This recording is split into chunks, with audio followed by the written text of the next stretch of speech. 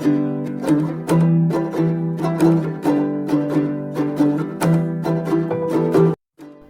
Hello friends, welcome back to Kumbakonam savouries. நாம் இன்றைக்கி நம்மளோட சேனலில் ஹெல்த்தியான டேஸ்டியான ரைஸ் வெரைட்டி ஒன்று தான் பார்க்க போகிறோம்.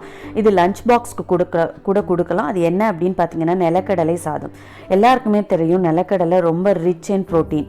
அது எப்படி பண்ணுறதுன்னு பார்க்கலாம் வாங்க. ஒரு கடாயை சூடு பண்ணிவிட்டு அதில் 1 டீஸ்பூன் அளவுக்கு எண்ணெய் விட்டுருக்கேன். 1/4 டீஸ்பூன் வெந்தயம், 1/2 டீஸ்பூன் மிளகு,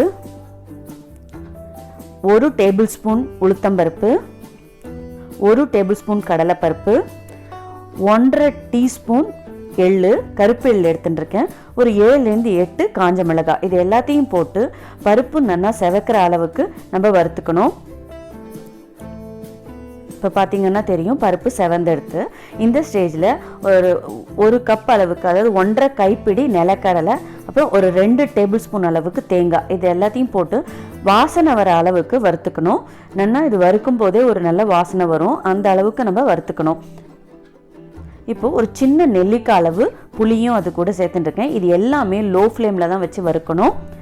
இதையும் சேர்த்து நல்லா வறுத்துக்கணும்.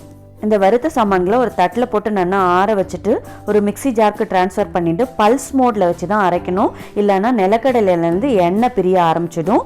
இந்த பதத்தில் அரைச்சிண்டா போகிறோம்.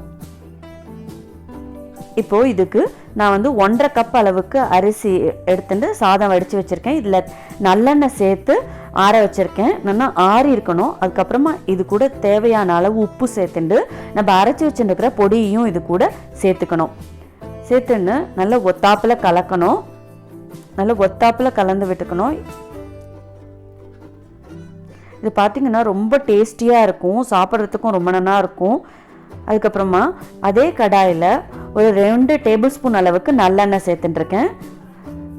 1/2 டீஸ்பூன் கடுகு வெடிச்சதுக்கப்புறமா 1 டேபிள் ஸ்பூன் உளுத்தம்பருப்பு, 1 டேபிள் ஸ்பூன் கடலைப்பருப்பு, 2 காஞ்ச மிளகாய், கொஞ்சோண்டு கருவேப்பிலை, 2 டேபிள் ஸ்பூன் அளவுக்கு நிலக்கடலை, 1/4 டீஸ்பூன் பெருங்காயம், இது எல்லாத்தையும் போட்டு பருப்பு செவக்கிற அளவுக்கு வறுத்துக்கணும்.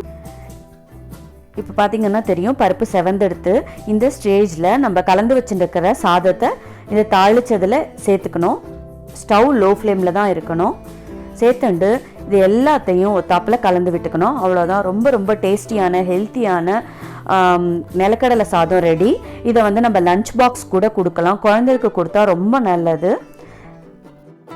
இந்த நிலக்கடலை சாதத்தை உங்கள் வீட்டிலையும் ட்ரை பண்ணி பாருங்கள். ட்ரை பண்ணி பார்த்துட்டு எப்படி இருந்தது அப்படிங்கிறத எங்களுக்கு கமெண்ட் செக்ஷனில் கமெண்ட் பண்ணுங்கள். இந்த வீடியோ பிடிச்சிருந்தது அப்படின்னா மறக்காமல் லைக் பண்ணிக்கோங்க. அதோடு மட்டும் இல்லாமல் இந்த ரெசிபியை உங்களோட ஃப்ரெண்ட்ஸ் கூடயும் ரிலேட்டிவ்ஸ் கூடயும் ஷேர் பண்ணிக்கோங்க.